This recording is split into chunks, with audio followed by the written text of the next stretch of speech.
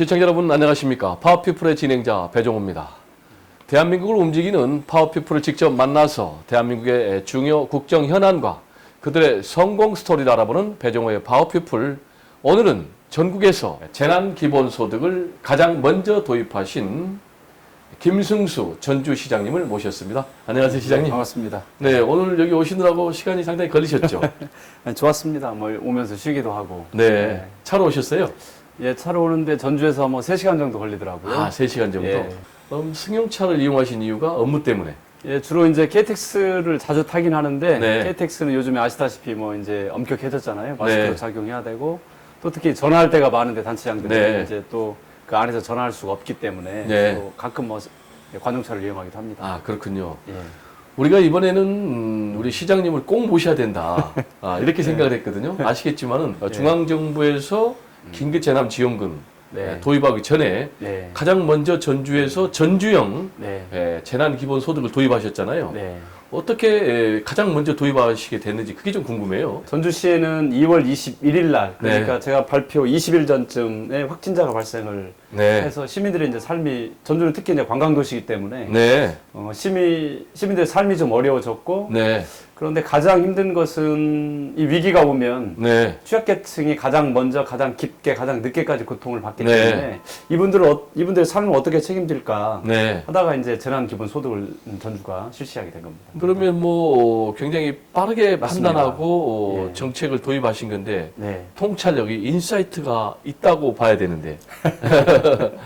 뭐 꼭 그런 건 아니고요. 네. 이제 특히 지자체는 시민들의 삶과 가장 가깝게 있기 때문에 네. 시민들의 고통을 가장 먼저 느낄 수 있는 데가 바로 말초신경 같은데 우리 네. 기초 단체이기 때문에 그런 면에서 이제 시민들의 삶의 무게를 그대로 받아들이는 게 굉장히 네. 중요합니다. 네. 그런 과정에 있었던 겁니다. 뭐 저희 이번 재난소득이 완벽한 의미의 기본소득은 아니고요. 네. 그래서 전주형이라는 이름을 붙였고 네. 그동안에 수년 동안 니트족이라고 그러죠. 그러니까 뭐 직업도 구하기 싫고 네. 공부도 하기 싫은 그런 청년들을 대상으로 해서 저희가 계속 3개월 동안 50만 원씩 지급하는 네. 그 실험을 계속 해왔기 때문에 이른바 경험이 청년형 촉촉해서 기본소득을 실험적으로 도입했군요. 예, 그런 거의 결과로 이번 저희 재난소득을 저희가 진행하고 그렇군요. 있습니다. 지금 이제 전주형 재난기본소득이다 이렇게 말씀하셨는데 간단하게 네. 전주형 재난기본소득은 어떤 내용인가요? 원래 의미의 기본소득은 뭐 소득이라든지 재산이라든지 관계없이 사회 구성원 전체에 같은 금액을 지불하는 걸 이제 뭐 기본소득이라고 네, 그러는데 정기적으로. 맞습니다. 네. 그런데 저희는 이번에 한시적이고 네. 또 제한적인 네. 그렇지만 기본소득이라는 의미는 무슨 위로금 뭐 또 재지원금 하면 또 상처를 많이 시민들께서 받기 때문에 네. 그거보다는 일단 그래도 꽤 일상적 의미로 기본소득이라는 걸 받아들이고 있기 때문에 네. 그래서 한시적인 기본소득을 전주가 명명해서 그렇게 하게 된 겁니다. 그러면 전주시의 인구가 한 66만 66만 정도 됩니다. 그러면 대상자가 어느 정도 됩니까? 대상 저희가 타겟팅했던 것은 5만 명 정도, 약 네. 10% 정도에 해당되는 네. 그런 시민들. 그러니까 기초생활 수급자와 차상위 계층은 네. 뭐 이런 위기가 오면 정부가 자동적으로 지원하는 그 층이고 네. 그렇지만 차상위 계층 위쪽에 소득이 갑자기 감소했다든지 실업자가 됐다든지 또 비임금 근로자 이런 분들은 굉장히 어려운 분들이기 때문에 그 네. 층을 저희가 집중해서 지원하게 된 겁니다. 네. 그러면 구체적으로 몇 명에게 얼마 정도 지급합니까? 5만 명을 타겟으로 했는데 네. 약 80% 정도 해당하는 네. 4만 100여 명이 이제 지급을 받게 됐습니다. 네. 5만 명 정도를 목표인데 4만 100여 명 정도. 예, 예, 그러면은 실시해 보니까 예. 지금 결과가 상당히 긍정적으로 나왔습니까?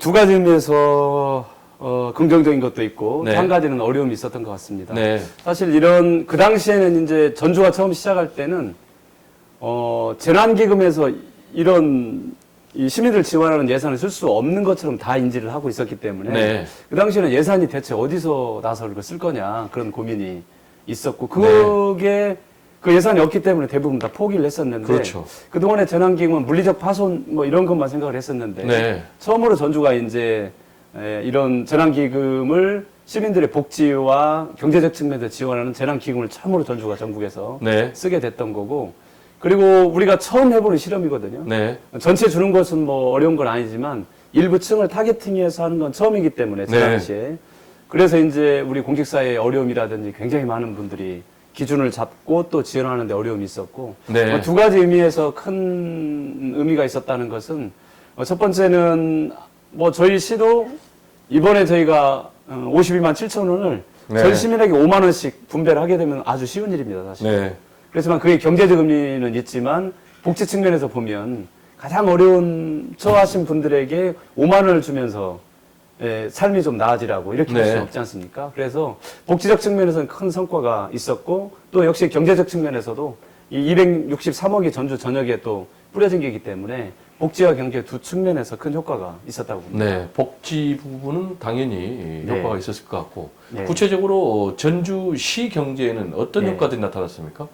이제 복지 부분을 이제 두 가지를 좀 설명을 드리면 네, 뭐 대한민국 전체 이제 사회조사라는 걸 하는데 그 중에 항목 중에 하나가 자살을 생각해 본 적이 있느냐 네. 이런 항목이 있는데 대부분 뭐 5%, 6% 이 정도가 네. 평균인데 저희가 이번에 지급한 그 타겟층에다가 3,500명을 대상으로 저희가 물어봤습니다. 자살을 생각해 본 적이 있냐고. 그랬더니 무려 26%가 자살을 생각해 본 적이 있다. 네. 그리고 그 중에 반절 이상은 경제적 어려움 때문에 자살을 생각했다. 그렇기 때문에 네. 그 측면에서는 타겟팅이 아주 잘 됐다고 생각을 하고 네. 있고요. 두 번째는 이번에 이제 뭐 선불 카드를 사용을 했고 3개월 네. 동안 전주 지역으로 제한을 했기 때문에 뭐 당연히 풀려나가는 돈이고 저희가 그동안에 사용했던 분들을 쭉 조사를 해보면 주로 나의 실생활에 가장 필요한 식료품이라든지 또 병원이라든지 이렇게 해서 꼭 필요한 곳에 쓰셨구나. 이렇게 네. 뭐 이건 우리 국가 재난지원금이나 전주나 마찬가지로 경제적 측면에서는 굉장히 많은 효과가 있었다고 봅니다. 네, 경제적 측면에서 많은 효과가 있었다는 얘기는 그러면은 지역의 영세 자영업자들의 소득이 늘었다는 얘기입니까? 맞습니다. 저희가 이제 몇 분 샘플로 보니까 네. 52만 7천 원을 뭐 한 번에 쓰신 분은 없고요. 네, 몇천 원에서 몇만 원. 네, 어떤 분은 이제 마지막 20원 남겨두고 다 촘촘히 다 쓰셨더라고요. 네. 그러니까 주로 이제 골목 상권에서 사용하고 골목 상권. 그렇기 때문에 몇 퍼센트 정도가 골목 상권에 쓰였습니까? 거의 뭐 8, 90% 이상은 다 골목 8, 상권에서. 90%. 예. 네. 예. 그렇군요. 자, 그러면은요, 지금 52만 원 정도를 4만여 명에게 네. 지급을 하려면 총 지급 예산이 얼마 정도입니까? 263억 정도 됐습니다. 그럼 말씀하신 대로 263억을 예. 전주시 예산에서 예. 따로 만들어야 되는데 예. 말씀하신 대로 다들 예산이 문제인데 예산 마련이 예. 문제인데 어떻게 그러면 시장님은 이 예산을 만들었습니까? 지금은 이제 일상화됐죠. 지금은 뭐 대한민국 전체 도시들이 하고 있고 했지만 저희가 이제 처음 결단할 때는 네, 시민들에게 현금으로 지원하는 게 이 중소도시에서 네, 260억을 현금으로 집중적으로 지원하는 그러니까요. 경우가 한 번도 없었기 때문에 네. 그 당시에는 굉장히 어려운 결정이었고 네, 앞서 말씀드린 대로 재난지원금은 원래 이렇게 쓰는 방식이 아니었기 때문에 네, 부서조차도 두려운 거예요. 이게 나중에 이게 네. 징계가 있을 수 있으니까. 그래서 원래 뭐 이제 서류 기한이라는 게 직원들 뭐 계장, 과장, 국장 쭉 올라오잖아요. 네, 근데 그걸 낮에 직원들 불안해서 그걸 다 하지 말라고 그러고 네, 국장하고 부시장 저 셋이서 결제해서 네. 재난지원금을 저희가 처음 썼는데 네, 그 이후로 굉장히 많은 도시에서 연락이 왔어요. 그 재난지원금에 정말 써도 되는 거냐. 네, 재난지원금은 이제 우리 행안부가 최종적으로 결정을 하는 데인데 네. 그래서 국가 시민들의 삶의 위기라는 게 물리적 파손뿐만이 아니라 이 전염병의 위기가 있을 때도 당연히 써야 되는 거다. 그럼 네. 우리가 이건 스스로 단체장이 판단을 해야지 이걸 어디에다 물어보겠냐 해서 이제 네. 전주는 용기를 낸 겁니다. 아, 그렇군요. 역시 이제 지도자의 용기가 새로운 정책을 도입하는 그런 계기가 되셨는데, 중앙정부에서 네. 지급했던 네. 긴급재난지원금 네. 하고 비교하면 약간 차이가 있지 않습니까? 맞습니다. 이제 중앙정부는 이제 대한민국 전체 국민들 그렇습니다. 세대에 다 지급을 한 거고 저희는 이제 선별해서 특정해서 네. 한 거기 그게 가장 큰 차이라고 봅니다. 네. 그런데 이제 중앙정부가 전 가구에게 예. 최대 100만 원까지 지급하기로 결정한 것은 두 가지 이유가 있는 것 같아요. 하나는 신속하게 지급을 해야 되니까 기준 네. 마련에 좀 어려움이 있으니까 네. 라는 점하고 또 하나는 누구는 주고 누구는 안 주느냐 하는 네. 뭐 불평등의 논란이 있을까 봐서 네. 도입한 것 같은데 네. 지금 이제 전주 같은 경우는 선별 지원이지 않습니까? 예. 그러면 시장님이 생각할 때는 네. 선별 지원이 맞다고 생각하세요? 아니면 보편적 지원이 맞다고 생각하세요? 지금 뭐 이제 이게 우리가 장기적으로 봤을 때 네. 앞으로 기본소득을 해야 되냐 아니면 선별적으로 해야 되냐 이런 장기적 안목으로 보면 네. 그 두 가지를 가치를 충분히 따져볼 만한 가치라고 생각을 해요. 네. 그렇지만 이 위기 상황에서는 그것은 뭐가 아주 나쁘고 뭐가 뭐 좋다 이런 건 약간 판단할 수 없고 그 상황에 따라서 약간 다른 것 같습니다. 네. 정부 차원에서는 가급적이면 대한민국 국민들 전체에게 네. 가구 전체에 그런 보편적 지급을 하는 게 맞을 것 같고요. 네. 기초지자체에서 보면 각 지역의 산업에 따라서 어떤 농촌 지역도 있고 또 주로 이제 뭐 중공업이 많이 발달한 지역도 있기 때문에 네. 또 이제 섞인 지역도 있기 때문에 그 지역에 따라서 단체장들이 판단해서 정말 어려운 층들이 더 충격이 많이 가면 선별적 지원해서 그 충격을 줄일 수 있도록 하고 네. 또 뭐 그렇지 않다면 보편적 지급을 하고 그것은 위기 상황에는 지자체 실정에 맞게 하는 게 옳다고 봅니다. 다만 국가 차원에서는 전 국민에게 지원하는 보편적 지급이 맞다고 봅니다. 네. 지자체 차원에서는 선별 지원, 네. 국가적 차원에서는 보편적 지원을 네. 얘기를 하셨는데, 그러면은 지금 아시겠지만은 기본소득 도입 문제가 네. 대한민국 정치권의 핫 이슈가 됐고 네. 앞으로 대선에서도 중요 이슈가 될 것 같은데 네. 시장님께서는 이 기본소득 도입에서는 어떤 입장이십니까? 저는 도입해야 된다고 봅니다. 도입해야 다만 되는데 방식은?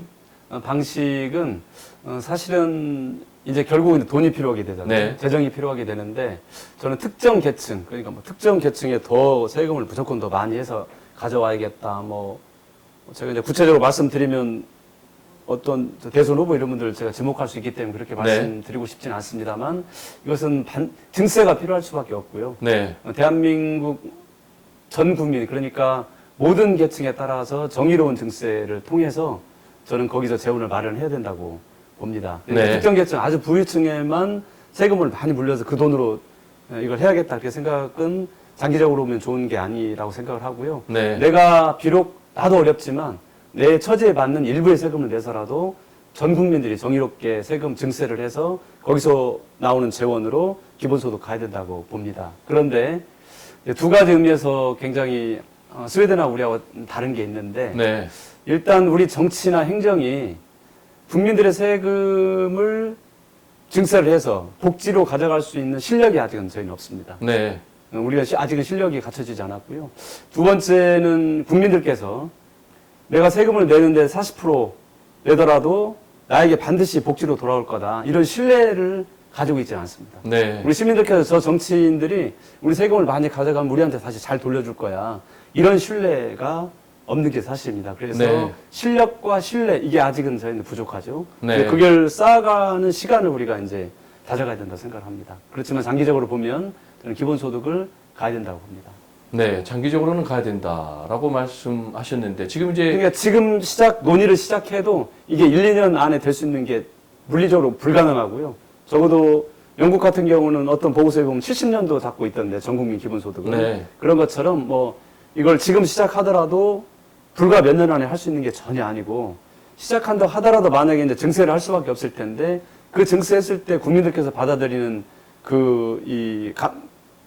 어떻게 받아들일지 그건 굉장히 중요한 일이죠 사실. 네. 기본소득 관련해서는 두 그렇지만 가지 논의는 얘기인데, 시작해야 된다고 봅니다. 네. 논의는 시작해야 된다. 예. 조금 더 이 얘기를 좀 심도 있게 해보죠. 기본소득 관련해서는 두 가지가 문제가 될 것 같아요. 하나는 재원 마련 문제, 네. 또 하나는 기본소득의 정신의 문제, 이 두 가지가 네. 될 텐데 재원 마련을 좀 얘기를 해볼 텐데요. 지금 기본소득을 전 세계적으로 국가적 차원에서 도입한 곳은 한 군데도 없거든요. 예. 시범적으로 특정 지역에서 예. 또 이제 스위스입니까? 도입하려다가 77%가 반대를 해가지고 예, 스위스요. 예. 국민투표 붙였는 스위스가 예, 됐죠. 77%가 반대해서 안 됐는데 그러면은 이제 시장님께서는 장기적 방향 그리고 국가적 방향에서는 기본소득을 도입하는 게 맞다라고 얘기를 하셨는데 그러면 재원 마련은 어떻게 하죠? 예를 들어서 일회성만 지급하더라도 전 국민에게 100만 원 지급하면은 네. 이게 50조거든요. 네. 그럼 이 재원 마련은 어떻게 해야 됩니까? 지금 뭐 알래스카라든지 또 나미비아 그리고 또 방금 전에 말씀하신 스위스 국민투표 그다음에 또 스웨덴에서 했던 일부 실험 그건 있었지만 국가 차원에서 원래 의미의 기본소득을 실시하는 나라나 도시는 한 곳도 아직은 없습니다. 네. 알래스카도 충분성의 원칙에 벗어납니다. 아주 소액이기 때문에. 그런데 이제 결국은 재원 마련이 굉장히 중요한데 그래서 앞서 말씀드린 것처럼 특정 계층에게 부유층이라든지 이런 데 부유세를 더 확 늘린다든지 뭐 토지 보유세를 확 늘려서 그 세금 자체를 제가 반대하는 건 아니지만 재원을 거기서 늘 가져다가 해야겠다. 이것은 쉽지가 않습니다. 그래서 저는 비록 내가 저소득층이긴 하지만 적은 금액이라도 대한민국 전체가 함께 참여한다는 전체 증세를 통해서 할 수밖에 없고 그 증세에 대한 거부감이 아마 대단히 있을 겁니다. 현재는 뭐 일회성이기 때문에 증세 없이 정부가 주는 거기 때문에 유쾌한 일, 또 경제를 살린다는 의미에서 우리가 받아들이고 있지만 막상 증세한다고 했을 때는 국민들의 이 반감이라는 게 굉장히 많이 있기 때문에 논의를 시작하되 가는 것은 시간이 많이 걸릴 거고 또 재원은 증세를 통해야 된다는 생각을 하고 있습니다. 네. 기본소득은 장기적으로 도입하되 점진적으로 네. 도입을 해야 된다. 이런 말씀하셨는데 조금 곤란한 질문인데요. 네. 왜냐하면 특정인과 관련되고 네. 이른바 대권 주자 여건에 네. 지금 이 부분과 관련해서 이재명 경기도지사, 네. 박원순 서울시장이 서로 입장이 아주 선명하게 달라요. 네. 그러니까 재원 마련과 당초의 취지와 관련해서 네. 이재명 경기도지사 같은 경우는 그래서 시장이 말씀하신 대로 20만 원부터 네. 한번 시작을 해보자. 네. 그래도 점진적으로 가보자. 네. 라는 얘기를 했는가 하면 박원순 서울시장 같은 경우는 아니다. 이게 원래 소득 불평등, 경제적인 불평등을 해소하기 위한 것이기 때문에 이것보다는 전국민 고용보험제를 도입하는 게 취지에 맞다라고 얘기를 하셨는데 좀 곤란하지만 어느 분이 더 입장에 가까우세요? 근데 저는 비교 대상이 아닙니다. 둘이. 네, 그래요? 이 전국민 고용보험하고 기본소득은 원래 비교할 수가 없는 거예요. 네, 이게 일단 저희가 전국민 고용보험은 결국은 이제 주로 저희가 생각을 했었던 것은 경제활동 인구 측면에서 이야기를 했었고 주부들은 비경제활동을 하는 거잖아요. 주부들은 현재 지금 직업이 없는 거잖아요. 이렇게. 네. 근데 이제 이번에 전국민 고용보험이 나왔던 것은 특고 프리랜서 네, 이쪽 계층 또 자영업자 이런 분들이 이제 고용보험에 들어가지 않기 때문에 결국 이제 어려움이 발생하게 되면 이제 유급휴직이라든지 실업수당 이런 걸 받을 수 없는 완전히 위험에 노출되기 때문에 네. 이제 전국민 고용보험이 이제 부각이 됐던 거고 또 국민소득은 그거 관계없이 경제적 어려움이 있든 없든 간에 무조건 매달 전 국민에게 지급하는 거기 때문에 원래 비교할 수 있는 대상은 아니고요.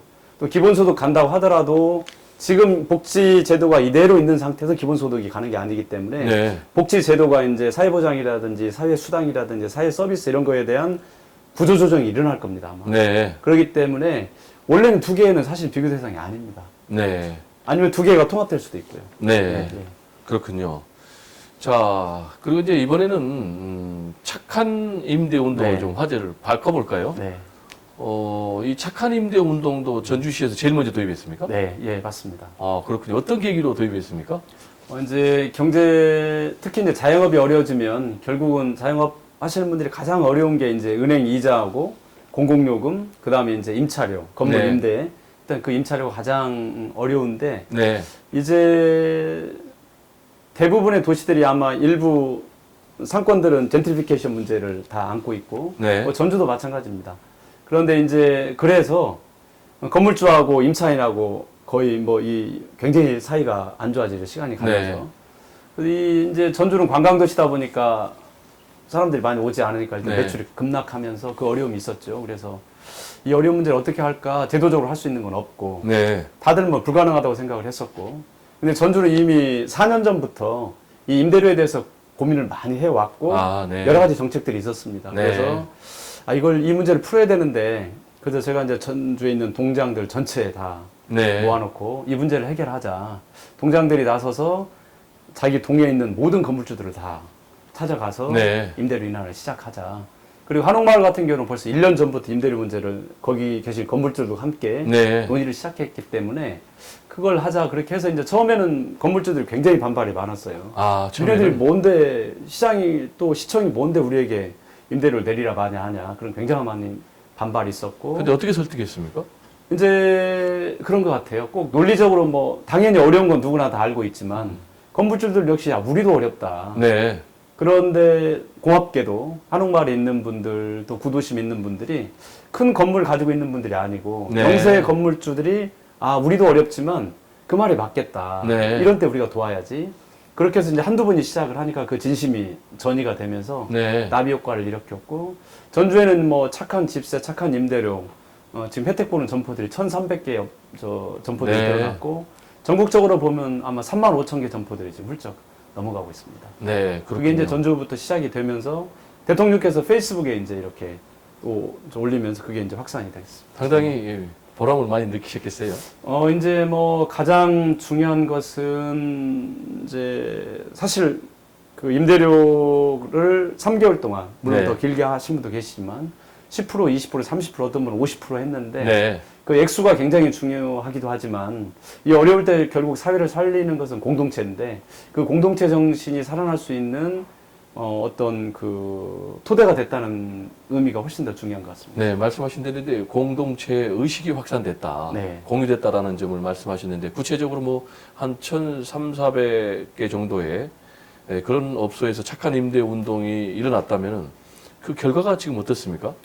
네, 이런 거예요. 그러니까 원래 이제 대부분의 건물주하고 임차인들하고 사이 좋은 사람들이 거의 없습니다. 아, 그렇습니까? 예. 예. 그런데 이제 그분들이 이번에 처음으로 이제 어려움을 같이 겪으니까 네. 또 도와주니까 서로 사이가 굉장히 좋아졌고 네. 특히 한옥마을 같은 경우는 뭐 거의 70~80% 건물주들이 거의 다 참여를 했기 때문에 아, 그렇군요. 한옥마을을 새롭게 키워내는 중요한 이제 단초가 됐고요. 네. 어떤 분은 지난 메르스 때 본인도 이제 세를 얻어 들어갔었는데 그 주인이 자기 집세를 깎아줘서 나도 그때 너무 큰 감동을 해서 어려웠었는데 네.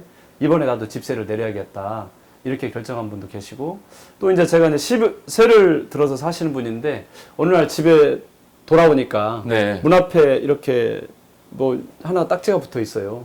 이번 달부터 집세를 20%씩 인하하겠습니다. 3개월 네. 동안. 그걸 보았을 때 느끼는 그 세들어 사는 그 우리 시민들의 그 심정, 네. 뭐 이런 것들이 굉장히 이제 제가 보면 앞으로 이 사회적 자본을 만들어가는 토대가 되고 있고 실제 그렇게 될 거라고 봅니다. 네. 현재 계속 늘어나고 있습니다. 지금. 네, 사회적 신뢰라는 자산을 네. 지금 전주에서 쌓고 계시다는 말씀하셨는데 이 착한 임대 운동에 이어서 착한 집세 운동도 같은 네. 맥락이겠죠? 맞습니다. 이제 대부분의 저소득층은 전세, 월세 이렇게 사시죠. 그렇죠. 그 중에서도 어려운 분들이 이제 월세 사시는 분들이 가장 어렵고 네, 전에는 뭐 이제 주택이라는 말, 예를 들면 지자체에서도 주택과 이런 데가 있었거든요. 네, 근데 이제 전주는 대한민국에서 처음으로 주거복지과라는 걸 만들어서 진행을 하고 있는데 이제 주택을 건축법으로 보는 그런 주택의 의미하고 가정이 행복해지는 주거복지의 의미는 기본 철학이 아주 다른 거죠. 네, 그래서 저희는 주거복지에 대해서 많은 관심을 가져왔었는데 네. 그동안 주거복지 측면에서 보면 월세 문제는 심각한 문제죠. 네, 더구나 소득이 없어지기 때문에 그래서 주거복지와 관련해서 월세 운동을 저희가 이제 일부 시작을 했고 또 지금은 이제 자발적으로 저런 게 있지 나도 한번 해봐야지 이렇게 자발적으로 하시는 분들이 지금은 이제 늘어나고 있기 때문에 네, 앞으로도 더 크게 확산될 거로 봅니다. 네, 이상은 좋은데 네, 현실적으로 네, 그러면 이제 집 주인이 네. 월세 수입을 손해를 봐야 되는데 어느 네. 정도 참여하고 있습니까? 지금 뭐 430세대 정도 이렇게 지금 아. 저희가 혜택을 보고 있는데요. 꽤 많군요. 다만 이제 어려운 것은 이제 모든 걸 선의에 기대서 네, 누가 좀 잘해주면 좋겠다 이렇게 그렇죠. 하면 이건 사실은 한계가 있는 거죠. 네, 다만 이게 이제 제도화되지 않아서 그런 저희 네. 입장에서는 굉장히 안타깝긴 하지만 그렇지만 이런 또 운동을 시작해서 네, 저는 또 제도화할 수 있는 그런 기반도 마련했다고 보고요. 네, 얼마 전에 국회 앞에서 전국의 세입자들의 주거권 운동하는 저 시위가 있었는데 그 중에 네. 이제 전주 착한 집세 운동이 나왔었는데 바로 그런 운동의 테마가 될 만큼 뭔가 저는 그 단초가 마련된다고 생각을 합니다. 그렇군요. 제도화할 수 제도화를 있는, 네. 말씀하시는데 제도화의 방향은 어떻게 됩니까? 그건 굉장히 어렵습니다. 왜냐하면 네. 이제 사유재산권 쉽지 않을 것 같아요. 침해라고 네. 보기 때문에 그렇지만 그건 분명한 입주자들이 굉장히 어려움에 처해 있고 또 임대료가 우리 취약계층에 굉장히 큰 부담이 되고 있다. 이걸 해결해야 된다. 이건 시대적 과제라고 생각을 하기 때문에 전주 같은 데서 이렇게 시작을 해두면 그런 게 단초가 네. 돼서 결국은 제도가 만들어지는 거기 때문에 제도를 제가 지금 말할 수는 없지만 네, 이제 전주 같은 경우는 어떤 실험을 지금 준비를 하고 있냐면 예를 들면 임대료 같은 경우에 네, 이게 연동형 임대료. 네. 그러니까 이제 두 분이 계약을 할 때 처음에 이제 기본을 하고 장사가 잘 되면 임대료를 많이 내고 네. 장사가 잘 되지 않으면 적게 내는 연동형 임대료. 그것은 두 분한테도 공평하거든요. 네. 두 분한테도 큰 부담이 없고 네. 그래서 연동형 임대료 실험을 지금 현재 전주는 준비를 하고 있습니다. 네, 그렇군요. 질문이 계속해서 뭐 시장님 홍보하는 것 같은데요. 아닙니다. 또 뭐 해고 없는 도시 전주를 예. 만들기 위해서 여러 가지 활동들을 하고 계시다고요. 해고 없는 도시는 아마 뭐 전 세계적으로도 아마 어떤 한 도시가 해고 없는 도시를 선언해 본 적은 단 한 번도 없는 것 같아요. 그러니까요. 저희가 이제 처음 뭐 이상향인 시작하고, 것 같은데. 예, 그리고 많은 분들이 절대 해서는 안 된다. 네. 분명히 해고가 나올 거다. 네. 많은 분은 반대해서 했었고 또 우린 여러 국책기관들이 있는데 국책기관에서도 그건 해고 없는 도시는 안 되니까 네. 안 하는 게 좋겠다 그런 제안도 있었고 그렇지만 또 네.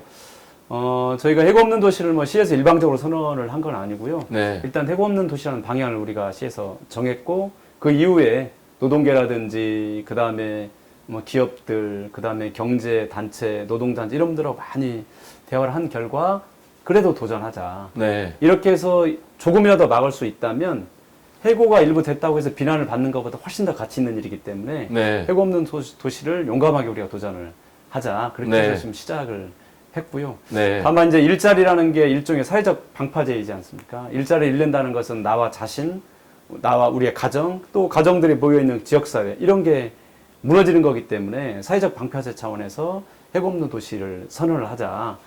그런데 이게 되게 무섭습니다, 사실은. 해고 없는 도시는 법적으로 규제할 수 있는 건 아니잖아요. 많은 분들은 법적으로 규제할 수도 없는데 그러니까 아무 의미가 없는 거다, 그거. 이렇게 말씀하지만 저는 완전히 입장이 다릅니다. 네. 법적으로 예를 들면 내가 해고했다고 해서 벌금을 낸다면 해고하고 벌금 내면 끝이거든요. 네. 그러면 기업주는 아무 벌금 내면 내가 의무를 다 한 거니까. 그렇지만 공개적으로 내가 법적인 건 아니지만 저는 해고하지 않겠습니다. 이 선언을 하는 것은 법보다 훨씬 더 무거운 것 같아요. 네. 네, 그런 것 같아요. 그리고 그래서 이제 첫 번째는 그런 선언을 해서 그걸 이제 사회적 분위기를 만들어 가자는 게 하나가 있고요. 네. 두 번째는 제도적으로 해고를 늦출 수 있도록 또 하지 않을 수 있도록 시에서 제도적 지원을 하는 거. 이 두 가지 의미에서 큰 효과가 있었다고 봅니다. 네. 해고 없는 도시와 관련해서 최근에 문재인 대통령께서 네. 전국민 고용보험의 네. 토대를 만들겠다. 네. 예. 라고 얘기를 하시면서 지금 구체적으로 예술인들의 네. 고용보험 가입은 지금 국회에서 통과가 됐고 네. 그리고 이제 특수고용지 예. 근로자들의 문제가 남았는데 이 부분에 대해서 예. 전주시에서 상당히 선도적으로 추진하고 있습니까? 일단은 이제 해고 없는 도시 조금만 더 추가해서 네. 말씀을 드리겠습니다. 네. 네, 거대 기업이 많이 있는 데는 노조가 있기 때문에 네. 해고 관련된 일단 첫 번째 이제 방어막이 있는 거죠. 네. 근데 중소기업들은 대부분 노조가 없고 그렇죠. 네. 또 뭐 저희는 제조업체뿐만이 아니라 음식점이라든지 뭐 호텔이라든지 병원이라든지 뭐 전 업종 다 관련해서 하기 때문에 네. 그런 의미에서 보면 전주시가 일종의 그 방어막이 네. 대주는 의미에서 굉장히 중요한 의미가 있고요. 네. 지금 방금 전에 말씀하신 특고 프리랜서 이런 데도 다 마찬가지입니다. 네. 해고 없는 도시 네. 추진 관련해서 제가 이상향이다 이렇게 표현했는데 실제로 상당수의 기업들이 네. 여기에 지금 동참하고 있습니까? 네. 어느 정도입니까? 처음에는 뭐 7개 기업, 9개 기업 이렇게 네. 시작을 했었는데 네. 불과 뭐 저희가 뭐 한 달 반 가량 네. 뭐 한 달 반, 두 달 정도 시작한 지 그 정도 됐는데 네. 거의 뭐 700개 기업들이 대단한 참여하고 숫자네요. 있어서 네. 특히 이제 이번 코로나 기간 중에 굉장히 어려웠던 데가 병원 이런 데잖아요. 네. 병원에 환자들이 많이 가지 않았기 때문에 네. 특히 병원에는 이제 간호조무사 이런 분들이 계시기 때문에 그분들이 거의 실업 위기로 몰렸었는데 네. 전주에 있는 대형 병원 두 곳에서 우리가 끝까지 지켜내겠다. 음. 지금까지 어려운데 여기까지 왔는데 이 어렵다고 해고하지 않고 이 어려움을 같이 극복하겠다. 그런 네. 의미에서 선언을 해 주셔서 그것은 이제 아마 그 영향 때문에 네. 처음에 기업주들의 욕을 되게 많이 먹었습니다. 네. 시에서 무슨 해고 없는 도시에서 우리를 압박하는 거냐. 네. 처음에 했었는데 지금은 이제 그런 기업들이 알거든요. 이 네. 기업이 해고를 하게 되면 우리 기업도 마음이 좀 가벼워지는 거죠. 해고할 수 있는. 네. 근데 그런 분위기가 아니기 때문에 어떻게 해서 이걸 좀 해고하지 않고 넘겨봐야겠다 이런 네. 이제 생각을 하게 되고 특히 그 기업이나 사업체에 있었던 그 근로자들 입장에서 보면 네. 언제 해고당할지 몰랐는데 네. 자기 고용주 대표가 해고하지 않겠다고 선언을 하면서 네. 아, 우리 기업 제대로 살리자. 네. 이렇게 해서 이제 같이 마음을 모으는 기회가 됐고 또 이제 일부 근로자들은 아, 기업주가 저렇게 우리 해고하지 않겠다고 공개 선언을 했는데 아, 그럼 우리도 월급 깎겠다. 네. 아, 우리도 월급 100% 받지 않고 우리도 네. 하겠다. 이런 분위기도 또 이제 있기 때문에 네. 더구나 하면 700여 개 기업들이 지금 참여를 하고 있고 앞으로 더 늘어날 겁니다. 그러면서 네. 정말 사회적 방파제로서 네. 사회적 연대로서의 좋은 저는 모델이 되지 않을까 생각을 합니다. 네. 선한 효과들이 계속해서 더 네. 확산이 되고 있다. 이렇게 말씀하셨는데 궁금한 게요. 네. 시장님께서는 이런 좋은 네. 정책적인 아이디어를 어디서 네. 얻는지 본인의 네. 뭐 평소에 철학이 이렇게 정책으로 구현되는지 좀 궁금해요. 뭐 전주시는 뭐 사람의 도시 이게 이제 저희 슬로건이기 때문에 사람의 도시. 이 가치에 맞춰서 이제 저희는 그동안 7년 동안 네. 일을 해 왔고 아이디어라는 게 뭐 지천에 널려 있죠, 사실은. 네. 아이디어들은 뭐 임대료가 좀 내렸으면 좋겠다, 해고 안 했으면 좋겠다, 어려울 때 현금 지급했으면 좋겠다 이런 것들은 아주 흔한 아이디어잖아요. 그런데 중요한 것은 임대료가 좀 내렸으면 좋겠다고 생각했지만 방법을 그동안 아무도 못 찾았잖아요. 네. 해고를 안 했으면 좋겠다고 생각하지만 누구나 다 그 생각을 하지만 방법이 없잖아요. 네.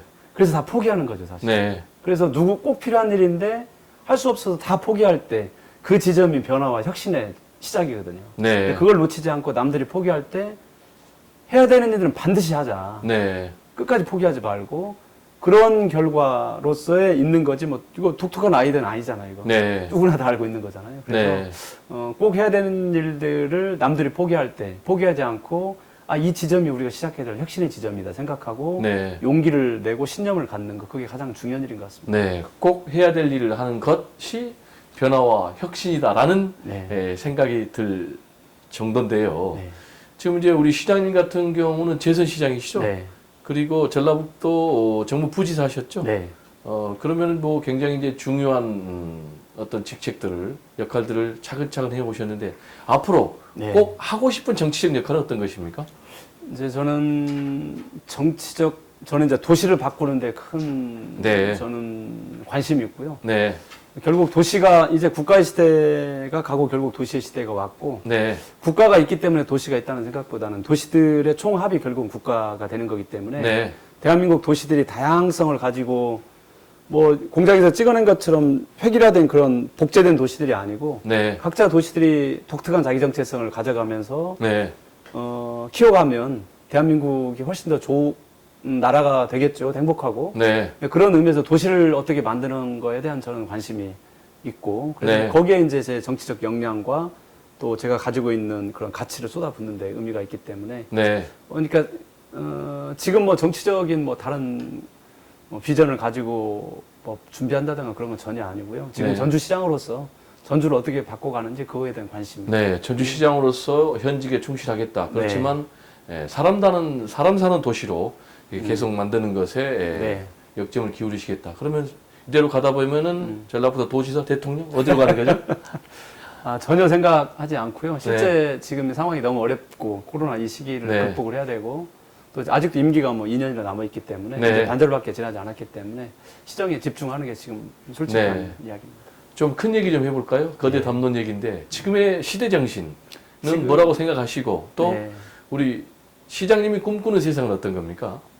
뭐 제가 자주 가장 인간적인 도시의 조건을 이제 전주는 슬로건이 사람의 도시 품격의 전주고요. 네, 거기를 가기 위해서 가장 인간적인 도시의 조건들을 만들어 가는 건데 네, 저는 시대 정신은 가장 인간적인 도시, 가장 인간적인 국가. 네, 이게 저는 시대 정신이고 또 구체적으로 해야 될 우리들 일이라고 봅니다. 네, 그렇군요. 그러면 시장님이 꿈꾸는 세상은 가장 인간적인 세상. 을 만드는 것. 예. 그렇군요. 네, 상당히 공감이 가고요. 그러면 뭐 노무현 전 대통령의 사람 사는 세상하고 상당히 비슷한 것 같은데 마지막으로요. 지금 코로나19 위기 때문에 네. 힘든 분들이 많잖아요. 뭐 네. 기업하는 분들은 기업하는 분대로 또 근로자들은 근로자들대로 특히 네. 이제 생존 자체가 예. 사회적 취약계층들은 흔들리고 있는 이런 상황인데 이분들께 꼭 던지고 싶은 메시지가 있다면 어떤 말씀 해주시겠어요? 지금 우리 사회가 이제 보건 의료의 위기로부터 경제 위기로 거쳐서 이제 국민들의 삶의 위기로 이렇게 좀 변화가 되고 있잖아요. 네. 이제 코로나가 재폭발하면 또 더 어려워지겠죠. 보건 의료의 위기도 오겠죠. 근데 그 중심에 있는 이제 경제 위기가 우리한테 이제 아주 치명적으로 가까이 왔는데 네. 경제 위기는 결국 돈하고 관련된 문제이기도 하죠. 네. 많은 부분이. 그렇지만 저는 단 한 번도 돈 많은 국가, 돈 많은 도시가 경제 위기를 잘 이겨냈다는 걸 들어본 적이 없습니다. 네. 가장 본질적 힘은 공동체 정신을 끌어내는 힘, 사회적 연대, 이게 본질적 힘이라고 생각을 하고요. 네. 어려울 때일수록 서로 배려하고 위로하고 헌신하는 그런 분위기를 만들어가는 것, 그 자산을 축적해 가는 것이 이 위기를 이겨낼 수 있는 본질적 힘이라고 봅니다. 네, 그러니까 공동체 정신과 사회적 연대를 네. 강조를 하셨는데요. 상당히 이 시청자 여러분들도 공감이 가시는 말씀이죠. 배종호의 파워피플, 오늘은 전국에서 전주형 재난기본소득 그리고 착한 임대료 운동을 가장 먼저 도입하신 김승수 전주시장님을 모시고 그가 꿈꾸는 세상, 그리고 전주형 재난기본소득과 착한 임대료 운동이 미치고 있는 파장 등에 대해서 자세히 알아봤습니다. 그러면 다음 이 시간에 다시 찾아뵙겠습니다. 감사합니다.